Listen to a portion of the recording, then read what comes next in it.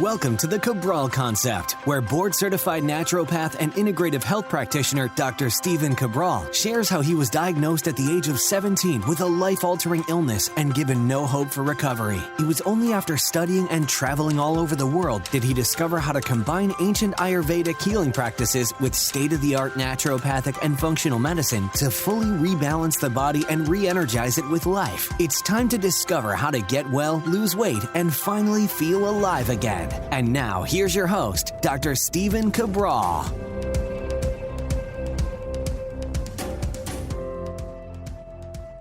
Hey everybody, welcome back to the show. We're here today with our Wellness and Weight Loss Wednesday, where the goal is always to provide you with honest, on-point, unbiased research into the latest wellness-based strategies and, of course, body transformation if needed. Now, for a lot of people, they're not looking to lose weight. They're not looking to gain weight. They're looking to just kind of stay overall healthy and in great shape. All that's phenomenal as well. That's where we want everybody to be, is at their ideal diet, or ideal body, not your ideal body for them, not anybody's idea of whose ideal body is great for who, but for you. You know, what works for you, what's healthy for you. And at the end of the day, it's about health, right? That's really what it should be, because people can be overly lean. That is really a thing. And that is a catabolic state where the body's aging much faster because there's not a whole lot of reserves.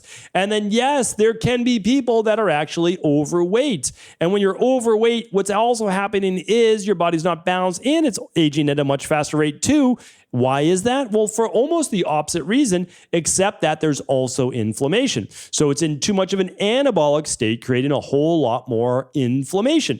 You might say, well, the person who's leaner is going to have maybe less health conditions. I would say to a degree, but their issues could be greater in terms of bone loss. It could be greater in terms of eyesight damage, all the things that go along with catabolism. You know, again, I think that's really important to look at that because it's breaking down the body at a much faster rate. And then again, what are the overs? The overs are easy to pin down because they're high blood pressure, high cholesterol, they are type 2 diabetes, they are obesity, etc. Now, if you're lean, you can still get those things. I'm not saying that you can't. It's just not as prevalent by a long shot, like 9 out of 10. But again, it can go both ways. Stress, anxiety, weakened immune system can be on the overly lean side. So again, what we want to do is find the right body for you. And that comes down to health. Now, so much of that, though, really does come down to your diet. It's what you eat. Now, you do need to move your body. That's kind of the forgotten part of staying healthy is like, well, if I just eat well and I take some supplements and I meditate, then I'd never need to move my body. And that's we're getting lost on that part of it. That's not today's show, but I do want to talk about that and touch on that because not everybody needs to be doing boot camp workouts, but we do need to get back to actually moving our bodies. So what we're going to go over today, though, it has to be the cornerstone of being healthy. And that is the nutrition that you're putting into your body. So let's not even look at it as a diet. I'm calling it a diet because that's what everyone recognizes it as. But really what we're doing is we're putting nutrients in our body that is going to fuel this machine, right? I don't think of our body and our spirit and our heart as a machine, but that's what moves the machine, right? So it's still a machine. It's this suit that we're wearing right here is what's moving us through life. Now we can be kind to it through our nutrition and give it all the vitamins and minerals and omega-3s and amino acids and fatty acids and everything that it needs. That's what it needs, right? And it's going to then hopefully be kind to us and not have as many dis-eases like I spoke about on yesterday's podcast, 2209. Hopefully you tuned into that. Basically just shared with people that, you know, all of this nonsense about autoimmune issues being genetic and there's nothing you can do about it is just that. It's nonsense. It really is. It's made up by conventional medicine, and that house of cards is really falling because we see people overcoming autoimmune issues all the time. And if it's only genetics, well, they shouldn't be able to overcome it, right? And if they didn't have it at 8 years old and then they have it at 38 years old and then they don't at 40 years old, well, what happened, right? Did their genetics change? No, not at all. The expression of those genes changed. Why is that, right? And I talked about that on yesterday's show.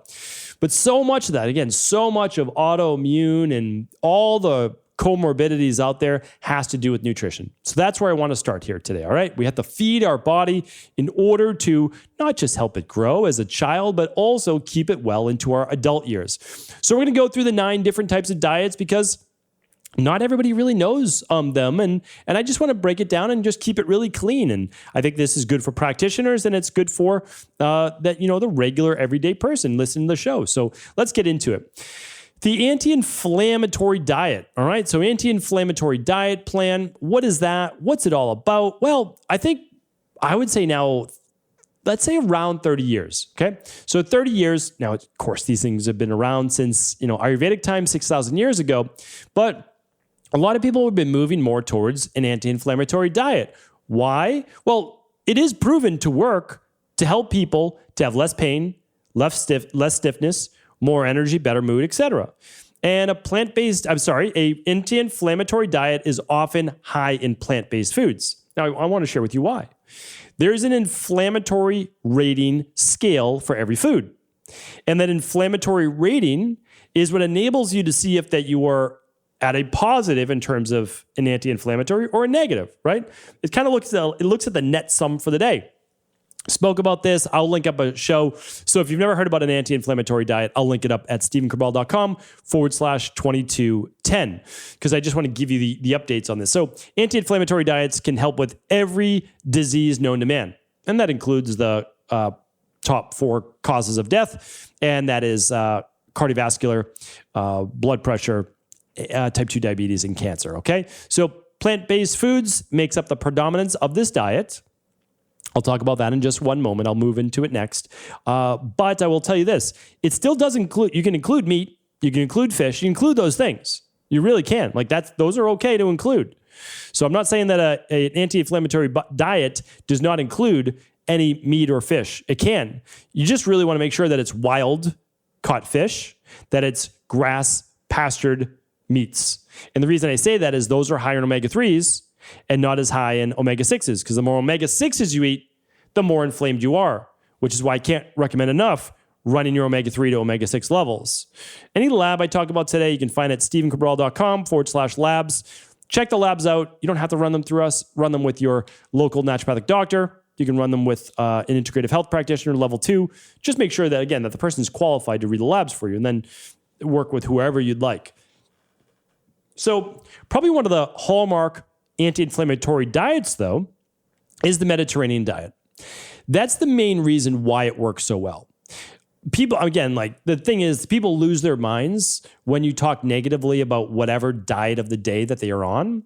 But I'm telling you right now, I have no favorites. I really don't. It does not matter to me. I'm completely, as they say, agnostic when it comes to diets.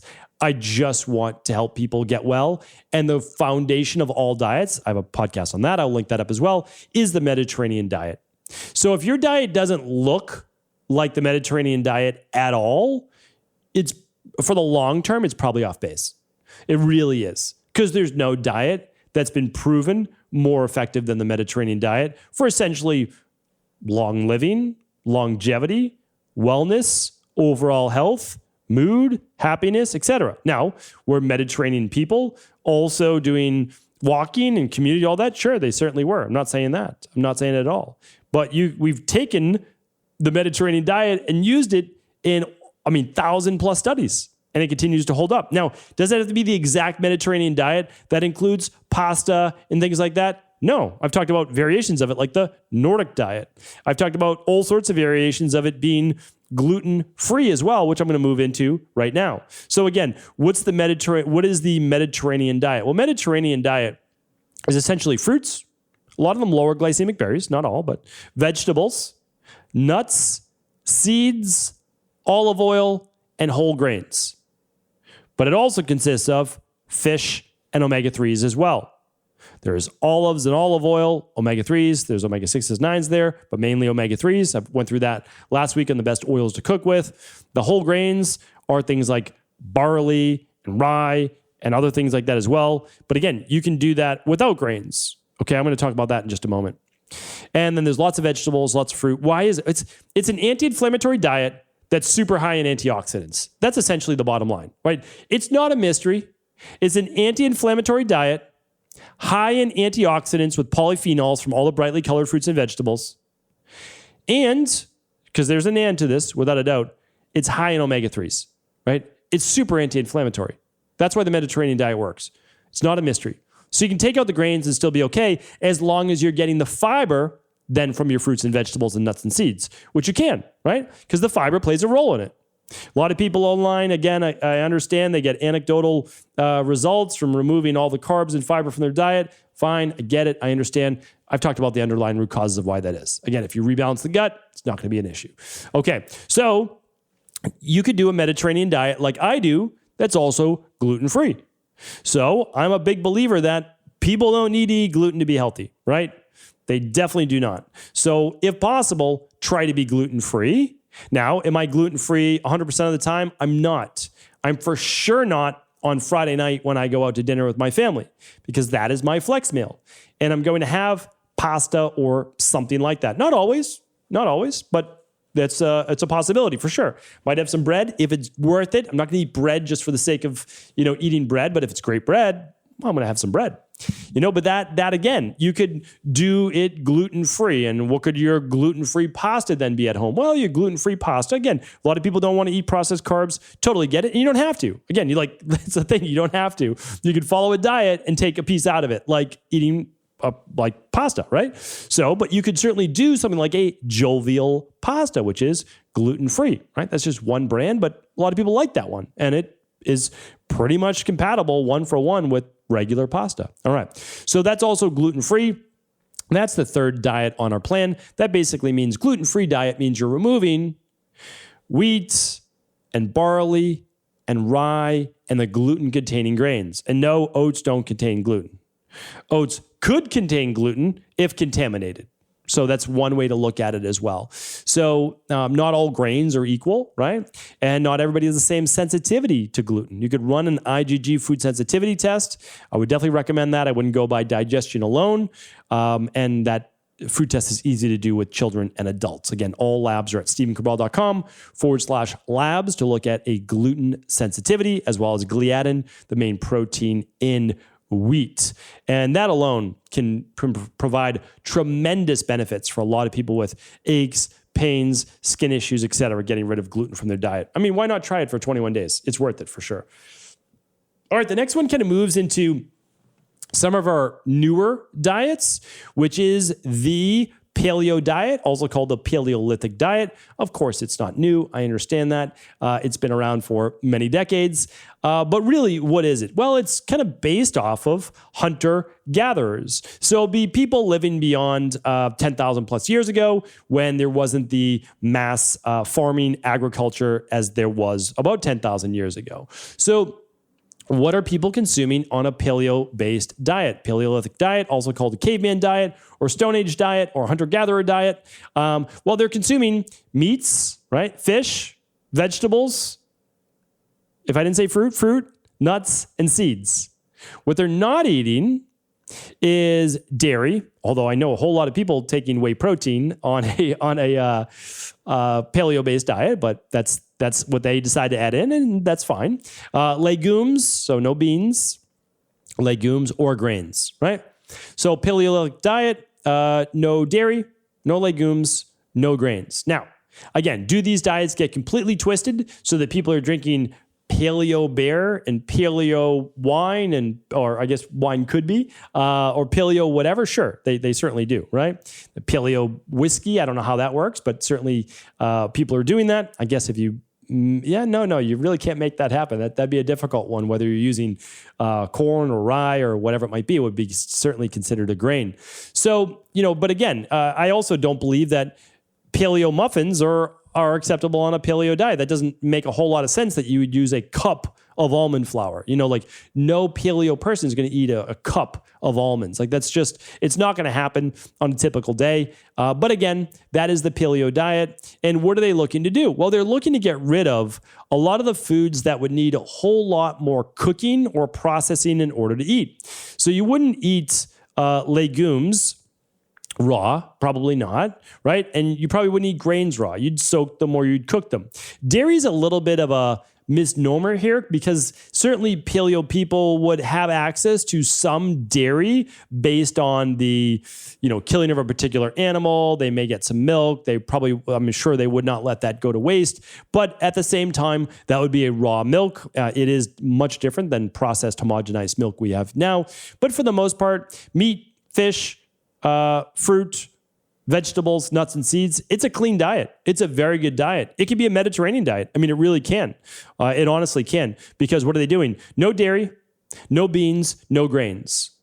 My diet is not radically off of a paleo diet, but it's Mediterranean. I certainly do eat some grains, such as rice and oats. But I really don't eat any other grains. But again, I'm not saying that you have to do it what I do, but I'm just sharing with you the different things that I do so that you can see how you can make these your own. Okay, the next one would be, let's talk about the keto diet. So keto diet is going to be predominantly a high-fat diet. It does not talk about what types of fats you need to eat. You could eat clean, healthy fats like avocados and olives or olive oil, or you could eat polyunsaturated fats and lots of unhealthy fats. And again, by the way, not everybody does great with a lot of saturated fat in their diet. If you run blood labs like I do and you look at lipid levels, probably about 26% of people don't do well with that ApoE genotype with a high saturated fat diet. But again, they'll never tell you that, right? But yet that's why you have to run your own labs. So high fat diet, 70% plus fat is going to be very low carbs. It's typically 50 grams or less. I've got plenty of shows on the keto diet, so I will certainly link some of those up as well. And then the rest would be protein. One of the biggest issues, though, and I just wanted to share this real quick, most people aren't in a state of ketosis on a keto diet. So they're basically just on a low carb diet. And that means they're not getting the benefits, and then they're also getting worse health, right? Because they're on essentially a high protein, high fat diet. That's not the keto diet. So that's going to be more inflammatory. The higher protein is certainly going to be used as carbohydrates because protein can be used for carbs. And so because the amino acids can be converted over to essentially glucose if they needed to be. So it's not the diet that's a keto diet. So if you're eating red meat all day long, I'm telling you right now, you're most likely not in a state of ketosis. So unless you're actually testing yourself to see if you're in a state of ketosis, you're most likely not. Because again, it's supposed to be a high fat diet, not necessarily high protein diet, which leads me to the carnivore diet. So the carnivore diet, I've got a podcast on this as well, so I'll link that up. Carnivore diet is different than the keto diet because the keto diet's not saying you can't eat any particular foods, but your carbs are basically just a couple vegetables because you can't get more than 25 to 50 grams per day. Now, a keto diet is saying that you're not eating any carbs for the day. That's just like the limited carbs, which is like very, very small that would actually be contained in protein. Because believe it or not, there's like micro fractions of a gram in your proteins, which contain just a little bit of carbs, right? So you're shooting essentially for 0 carbs a day, but not necessarily on purpose you're shooting for 0 carbs a day. It's that you're only eating meat, fish, eggs, and a few other animal-based products, organ meat, etc. Now, some people will include some dairy. Some people will include some, again, whey protein powder, things like that, but they're not going to eat vegetables or fruit or legumes or nuts or seeds, right? Now, again, people make all sorts of things like, again, all these carnivore people that were saying it's the best thing ever a couple of years ago, some of the even doctors, they've gone back on it. They're eating fruit now. They're eating honey now. They're having maple syrup now. They're having yogurt now because they know that it was all marketing, that it was all a gimmick. I don't think they knew it at the time, but that's the problem. If you don't have a background in nutrition or nutritional biochemistry, you don't actually understand that the body needs more than just meat. And yes, people can feel fantastic on it for a period of time. Why? It's shrinking their gut microbiome. That's mainly the reason for most people. And also, they're doing a longer intermittent fast for most people. That's the truth. Or maybe they were nutrient deficient and now they're eating some grass-fed beef and they're getting a lot more nutrients. There's all sorts of different reasons why. But again, being on this, it's probably the one diet that's going to end your life the fastest. Now, the problem is if you're doing this at 30 years old, it's not going to end your life until your mid-60s. We see this all the time, and just nobody wants to admit it, that bodybuilders and a lot of people that were doing basically all meat, and they're out there right now or they're strength coaches, and and unfortunately, I'm not saying anything negative about them, but they're dying in their late 50s and mid 60s. We don't want this, right? We have to step back and say, listen, you can say a lot of the people preaching this, I was wrong. I shouldn't have said that. I've read more, I've researched more, I've seen more inside of my clinic, and I realized that an all meat diet is probably not the best way to go for overall longevity. Can it transform your body? Of course it can. Can a low carb diet transform your body? Of course it can. But are we talking about body transformation or are we talking about health? Because they're two different things. You can be in great shape and be healthy, but a lot of people can get in great shape and not be healthy. So we just want to understand that there's two sides to that for sure. All right. Next diet coming up is going to be variations of more of a vegetarian diet. So, let's talk about the vegetarian diet first. So a vegetarian diet, you're not eating meat, you're not eating poultry like chicken, you're not eating fish, but sometimes a vegetarian diet, people will be able to eat honey or eggs or dairy, right? So they call it like ovo, right? Ovo for, let me see if I'm getting all mine right. Ovo, lacto, and pescatarian. So ovo is going to be eggs, I'm assuming. I apologize. This is just off my head right now, and I'm talking and thinking at the same time. Lacto is going to be your dairy. And then your pescatarian, which is the other diet I wanted to talk about, is essentially all plant-based. It's vegetarian, except that you allow for fish and shellfish. Okay? So vegetarian, you might have eggs, honey, or dairy. Okay? Honey is not on a vegan diet, which we'll talk about that in just a second. Pescatarian is essentially a plant-based diet, but you have fish. So if you look at it, a pescatarian diet can absolutely be the Mediterranean diet. It is an anti-inflammatory diet, as long as you're eating vegetables and fruit, right? Because some vegetarians, they're only eating processed carbs. So again, that's not a healthy diet. You can say, oh, I'm a vegetarian, I'm a vegan, and you could only be eating non-animal-based products, but you can also be very unhealthy because it's all processed carbs, right? It's all inflammatory-based foods. So vegetarian, again, could allow for dairy, eggs, or honey, and a pescatarian is going to be someone that is following a plant-based diet, but they're also adding fish in, maybe not even every day. Maybe it's like 3 times a week or 4 times a week. And those people can be extremely healthy because now they're getting a little bit more protein that they may need for if they're more of a Vata body type or if they're leading an active lifestyle, and they're getting all those omega-3s. Because I've shared I've shared a lot of research on this too, but a lot of people on a vegetarian diet or vegan diet, their omega-6 to omega-3 levels are not ideal, right? So they're still inflamed. And you might say, well, how is that possible? Well, the load of nuts and seeds that they may be eating might be just much higher in omega-6s. That's all. Again, like people aren't trying to do the wrong thing. It's just, it may not be balanced. So you just get a little bit more omega-3s in that. And you can still do that on a vegan or vegetarian diet. So let's talk about the last diet, which is the vegan-based diet. So a vegan diet, obviously, it's gotten much more popular over the last decade, but again, it's been around forever, right? Ayurvedic times, they talk about a vegan diet, how it can be very beneficial for a lot of kapha body types. It doesn't talk about being beneficial for vatas, but anyway, I digress. We'll save that for another show. So essentially, a vegan diet, I would also say it's more of a lifestyle. And the reason why it's more of a lifestyle is if you're truly vegan, you're probably not wearing leather shoes or a leather coat or things like that. You're looking at doing things that are more maybe environmentally sensitive, maybe animal-based sensitive, etc. But it's a strictly plant-based diet with no animal-sourced foods or products. And this is important to look at that because a lot of people say, well, I'm following a vegan diet. Well, you may or may not be, right? Like you may or may not be, because if you're having things like whey protein or you're having honey, then it's not a vegan diet. They're like, well, I'm vegan, but I have eggs a couple times a week. Okay, well, so what you are is then you're ovo-vegetarian, or you can just say vegetarian, right? Because you're having some eggs.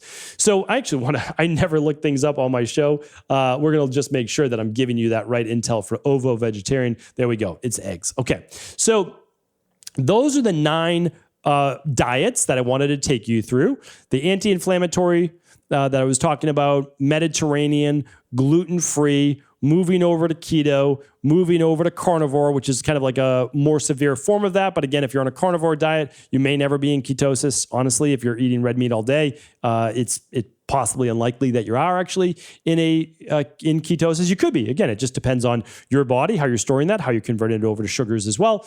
We talked about the paleo diet. We talked about a vegetarian diet. We talked about the pescatarian. We even talked about ovo.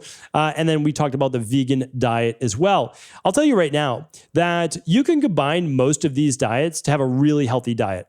The only one that's not healthy for the long term would be a keto diet or a carnivore diet. And I know that people are going to lose their minds after hearing that, a few people, but the truth is keto and carnivore can be amazing for transforming your body. Absolutely. They're also equally as amazing for absolutely destroying female hormones such as estrogen and progesterone levels and thyroid levels as well in women. And if you don't believe me, again, you just want to, then if you're working with people, you want to test their lab levels. You run something called the stress hormones, mood, and metabolism test. You can do it right at home. And you actually look at the estrogen, progesterone, testosterone, DHEA. And we just see thousands of women and some men, again, because it affects women to a far greater degree, whose metabolism plateaus. They start actually gaining weight. They felt great in the beginning. Then their mood changes, their metabolism changes. It's not ideal. So again, you can be healthy on a vegetarian, vegan, pescatarian, paleo, Mediterranean, gluten-free, and anti-inflammatory. And I would say for most people, you're going to pretty much combine those. I mean, you're going to combine elements. You know, for me, I'm looking at what I do for the day, and I'll just share it with you. It's a podcast called A Day in the Life of My Mediterranean Diet. And you'll notice that it's gluten-free, it's anti-inflammatory, it's predominantly plant-based. Again, like all of is paleo, like those things are in there. So I just wanted to share that with you. You don't need to follow one diet to a T. You're going to be able to find a diet that works for you, that's realistic, that helps you also transform your body. But at the end of the day, it keeps you healthy. Hopefully this show was helpful. I'd love to hear your feedback. Feel free to leave it in the comments on Instagram or YouTube. I check them all out. And again, thank you so much. Thank you so much for your time here today. And I would love for you to share this show with anyone you believe it could serve. Did you know that the body really only becomes sick or imbalanced in only two ways? Over time, you become deficient in vital nutrients, and you also accumulate toxins internally and from the environment. As those nutrients diminish and you increase your total toxic load, your body then begins to show the first signs of dis-ease. It's actually quite predictable, and the good news is that if we know how you began to fill up that proverbial rain barrel, we also know how to empty it to begin the healing process. I was fortunate enough to learn this ancient healing process from my mentor after suffering from debilitating diseases for close to a decade. It was only when I began to implement these techniques did I finally overcome my illnesses and go on to live a life of energy and vitality that I now enjoy. I'd like to share with you now what I discovered after traveling all over the world and how to combine the best of ancient healing wisdom with state-of-the-art science. Allow me to teach you exactly how I've been able to help over 250,000 people to empty their rain barrel and begin to transform their body and lives into what they've always hoped they could be. To get your copy of the international bestseller, The Rain Barrel Effect, simply go to stephencabral.com/rainbarrel.